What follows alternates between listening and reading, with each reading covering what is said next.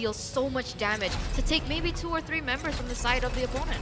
I think undoubtedly this is going to be a very exciting game number 2, as now we're going to be looking once again at the hero lineups from both teams. Currently, EVOS SG 1 game down here in the lower brackets, best of 5. Will they be able to even things up? We will find out as we now return to the Land of Dawn. If you know EVOS SG, you know they're not gonna give up, but at the same time, Omega gonna put on a fight for us. So here it is, the Land of Dawn, game number 2 between Omega and EVOS SG. Omega on the blue side and EVOS on the red. Before we begin, I want to ask you a question, right? When we take a look at both compositions, who has the better early game? Because they both have assassins. We do have Sayla on the Kagura as well as that Eve from the side of Omega, but now it's a little bit different, right? Because both Cho as well as Lolita are going to rely on that level 4. I think personally, Omega is going to have the slightly better early game, simply because Iriatel comes online faster than Beatrix, and they have more damage overall in their team composition with the Lancelot as well as the durability of the Masha. But it is not by much though. EVOS SG can definitely take control of the map with this Grok and Lolita combo. Trying to invade here onto Ryzen's jungle. Doesn't seem like they got it. Sayla in the mid lane though, stunning out Chaknu, putting up some damage. And we talked about this Ryzen pick on the Lancelot. How do you think about it? I mean, whoa, in the meantime though, Adamir, just one flicker away, almost fell down there as first blood. Yeah, it's going to be an interesting question here with the Lancelot, whether or not it's going to be effective, because yes, after all, nowadays Assassin's not quite as effective as before, with certain exceptions like the Ling due to how well he can scale into the late game, but Lancelot doesn't quite have that same advantage, which means that Ryzen definitely needs to make something happen early on, or the hero falls off quite quickly. I mean, the same can be said for the Benedetta, no? But of course, we'll see how it goes back down to the execution, because now we can see that the turtle has and already is starting to show in the Land of Dawn, and it seems like both teams want to be contesting for this. Yeah, putting out some damage here onto Omega just to, you know, put them back a little bit. Ryzen is at half health, so not in a great spot to contest this turtle here, but he does have those iframes. Renzio causing some trouble here in the backline, taking the damage. Nick, though, is in some trouble, has to flicker out, but the real manipulation gets cancelled back in there by JPL, and they manage to secure this objective for themselves. They go on and get one kill onto E2 Max. The wild card comes in, so does the Way of Dragon though, and they manage to get gear in that process. Sayla extremely low. Changnu looking for the kill. The flicker will get him that one. Wow, what just happened? What just happened in that particular team fight? It just seemed like trades going after trades. People, they understood their winning conditions, and Chaknu just goes into the backline, understanding the damage output that Sayla can have, and he got eventually traded out. Yeah, just a good identification by EVOS SG early on to be able to take out Omega in that fight, but they definitely overextended a little bit too far, and it ended up costing them a little bit more than they would like to. Looking at the items here, obviously still quite early in the game, but Adamir are going to be going for that same build, skipping the boots upgrade for that BOD. It does look like Nick is going to be going for the same item as well. Yeah, I mean, right now, how you said that they had the better early game advantage, and looks like they're pressing it around. Real world manipulation coming out, put out to Sayla. JPL knocked out as well, taking the damage. Way of the Dragon will be able to take completely good care of him to put him down. Man, a really good engage there from the side of Omega, being able to get more pickoffs on the board. And this is so different to game number 1, right? We saw them kind of go head to head, but this is Omega leading once again, but now this time in terms of kills. Unfortunately, they haven't been able to trade it for objectives, so we'll see what happens as it is still under 5 minutes. Yeah, even though they don't really get a lot of objectives from this though, Omega are definitely very happy with this, because again, their main win condition is going to be on Kelra. As long as they continue to give space to this Iriatel, it will scale up to the point where it becomes an absolute monster in the late game. Watch out though, Chaknu. Yeah, right now they are aggressing in the jungle as well. E2 Max is the first to go. EVOS SG getting those pickoffs as they need. And right now they have the advantage to take this turtle. It is finally, well, one objective again, adding to their name. Changnu hanging out in the vicinity here. Ryzen using that iframe to escape the damage, but it's not enough to be able to contest this one. One thing that I noticed about the emblems is that E2 Max has opted to go for that magic shock, whereas Sayla doesn't go for that, right? He goes in for additional damage, and that kind of means that E2 Max will have a better time at scaling faster as compared to Sayla, who is now focusing way more onto damage. Yeah, I think we could see the focus on damage from Sayla though, especially considering that he did go execute on the Kagura as well. We've seen before that Sayla is able to bring back these games on the brink due to these big burst catches. But speaking of catching, Gear now going to be the target of the real world manipulation. Really nice juking to get out of that. This is why Gear plays the Benedetta. He is so slippery and it's so difficult to catch him out. But yeah, when you were speaking about Sayla, he basically plays Kagura like an assassin. He just builds the damage, goes in the backline, bursts you down when he comes out of the bushes. Yeah, so it only needs one great engage either from Nick or even JPL to be able to make that happen. Omega really needs to be aware of this, and that makes sense as considering E2 Max has actually opted for that Purify spell. He's definitely aware of the fact that there's a lot of options for EVOS SG to be able to jump onto him when he pops that real-world manipulation. That's why the Purify is very good for countering things like the Wild Charge. But I do think that in that late game, Sayla will be primarily prioritizing on this Eve instead of Kelra because it is very difficult to catch the Irritel in the Yin-Yang overturn. And if they use the Kagura to burst down the marksman, they can save Grok for other players on the side of Omega. And we've seen that sprint on Kelra as well was extremely devastating to the side of EVOS, especially when he scaled into the later parts of the game. It was so difficult to catch him out. Hopefully that Wild Charge will be able to help pull off that in this game, but now the teams, they are setting up for this next objective just coming up, but you can see both Ryzen and Gear wanting to take it. Oh no, it seems like Chakno is going to look for engage. He actually goes back, but what is going to happen here as Ryzen gets caught? Ryzen manages to secure the turtle here, and EVOS SG, the Numenon Blast connects, Gear goes in, but they counter-engage here. Kelra with the damage again, dodging and putting out those bullets together with E2 Max's real manipulation. They take out two members of EVOS SG. Adamir trying to get a return kill here with the Debirus, but Kelra puts him down. 1 for 3 exchange there in that particular event, and it is going to be Omega winning that out. And once again, Kelra has successfully scaled into that mid-game. I mean, 3-0-2 here on that Irritel as compared to Adamir, who was still sitting to a 0-1-0.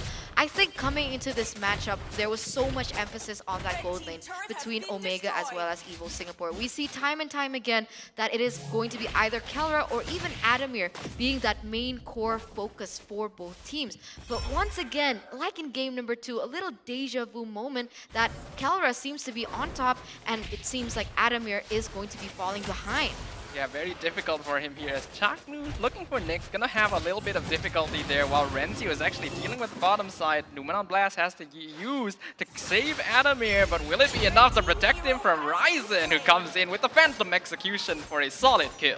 Great rotation there by Ryzen, and JPL unfortunately just burning that ultimate in time. Well, Fuse wasn't able to protect Adamir anymore, and in the meantime, Way of the Dragon comes out onto Nick here, uses the Wild Charge defensively to disengage from that fight. Man, we were just talking about Adamir and another pickoff happened right after. I mean, 0-2-0 right now. He is not having a good time.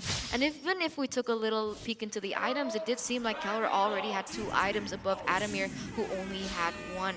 Now Omega sitting at a 4,000 gold lead in the 8th minute. They are going to be circling around this next neutral objective in that first Lord.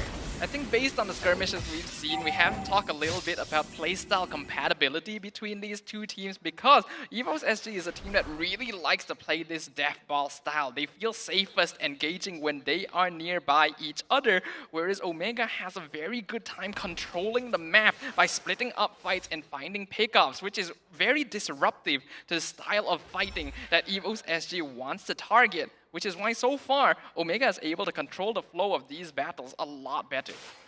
Yeah, Omega tried to go for the concealed play there, but they found Nick and decided to call it off. But EVOS SG, I think they recognize what you're saying, Staffa. They're trying to group up and get those huge team fights because that's what their draft is also geared for. The huge Numenon Blast, the Wild Charge, that's what we were expecting. Instead, we're seeing the reverse. Changnu with one way off the dragon, comboed with that real-world manipulation to be able to pull off that team fight. EVOS SG looking to handshake this conceal play again, going on to Chaknu, but likewise, they could not find the opportunity. Yeah, both teams are still dancing practically at this stage, looking for engages. Both teams can't find the opportunity. But like we mentioned before, it is going to be Renzio here being able to get a lot of pressure in that top side, maybe even taking that turret for himself. Gear is trying to kind of duplicate that problem, but the issue is Gear can't do that all day long, right? If they want to be contesting for those objectives, that's going to be Omega in the upper hand because Masha doesn't have the retribution spell. Yeah, especially when you consider as well that Gear is needed for EVOS SG's team fight and Renzio is not. So Omega are very comfortable just leaving him on the other side of the lane. But the fight already results in Sayla getting taken out. Way of the Dragon gonna find JPL as the wild charge connects onto Kelra. Adamir jumping forward with the shotgun, gonna be able to finally find this Irritel. But here comes the real world manipulation, already cancelled by JPL, but it is too late to save Nick from the clutches of Chaknu as Renzio even wins his 1v1. They also pick off the double kill. Omega in full control. Clean game. Yeah, that was very unfortunate. I mean, just so they found picks one by one, and I think at some point it just felt like EVOS was giving up. I mean, they just tried to distract them, and now Omega has the Lord in their hands. They're gonna be able to start pushing up on these lanes. I mean, a 3-for-1 trade. 3 members for the side of Kelra. You know, if we don't talk about the specifics, maybe it was worth it, but it's not. But maybe it was worth it. I mean, Kelra, he was sitting at a 3-0-4. What was his KD in the first game? I don't even remember. But he's always been able to be such a very reliable gold laner, dishing out the damage when his team needs it the most. And now we're going to take a look at the instant replay here by TikTok. When that team fight went down, the real world manipulation opened up. It did so much damage. It was able to get cancelled, but unfortunately, it was just too late. And now we can see that the Lord is going to be marching in that top side, and this might be, once again, the final stand coming in from EVO Singapore. Gonna be quite difficult for them. Although Gear has the highest damage, the rest of Omega are definitely in a much better position. They're now looking for the conceal play. Wild charge gonna miss entirely, and here comes the real world manipulation. Oh, the knockout onto Nick and JPL, and now they are in some serious trouble here. They managed to secure 2 kills already. Omega pressing their lead here. EVOS SG busy defending from the Lord here, and now they have the opportunity to counter engage. Tries to go onto Kelra, but Sayla gets put down instead, and Gear follows as well. They are dropping one by one, and Adamir is next. Ryzen tries to get the kill onto it, but it's going to be Renzio coming with the killing blow. Unfortunately, a complete wipeout on EVOS SG. A wiped out here for the side of EVOS SG. Omega, they are going very heavily onto that bottom turret. It does seem like Nick is going to be spawning as well as JPL, but Omega, they don't want to close it. They want to play the discipline game. They are going to be retreating and looking and maybe buying time for that next Lord to spawn. Part of me does wonder whether or not this is a little bit too safe from Omega, considering that, yes, while EVOS SG is respawning, it is only going to be JPL and Nick for quite a while. I feel like they could have pushed a little bit further, but I think they were just lacking the minion waves to do so. So very good discipline from the Filipino team right now. They want to make sure they could secure this game to victory and not give EVOS any chance to retaliate. It really looks like they're suffocating out of this. I mean, they're being suffocated out of this. At this point, Omega is just pushing their lead again and again. 45k up against 36. That's a good 10k gold ahead of them. That's comfortable lead, right? It's going to be comfortable lead. And as you can see there, Ryzen already securing that BOD for just a little bit of additional damage. Understanding that they are leading, it isn't too expensive of an item. But once again, both teams are going to start setting up for this next Lord. The question is, how will EVO Singapore maneuver around the situation? How are they going to set up? Because every time they go for an engage, it just is able to get spun around to the hands of Omega with that real-world manipulation that always works like a charm. Typically, when you find yourself behind at a 9k deficit, it becomes almost impossible to make the comeback unless your opponent makes a massive mistake. And I don't think Omega is going to be putting themselves in that sort of position right now. Already on the Lord, going down to half HP, EVOs are in position, but Chaknu and Renzi were just zoning them out in the backline. Yeah, they can't contest this. Gear is not here, but Nick has kicked down way back in by the way of the dragon, and they go in deep for Sayla as well. Managing manages to get and finish him off. Adamir in some trouble. Can he get out? Numenor Blast is building to it. Manages to stun out Renzio, and they do get the counter kill onto him instead. Kelra comes in with the bullets, doesn't manage to save that kill. Gear coming from the back now, trying to make the best of the situation. And I think EVOS SG, they got a return kill here, Consolation Prize, but JPL is in some trouble. They trade out for Kelra, so EVOS SG is still trying to defend his gear, buying as much time as he can in the backline. Ryzen chases him down.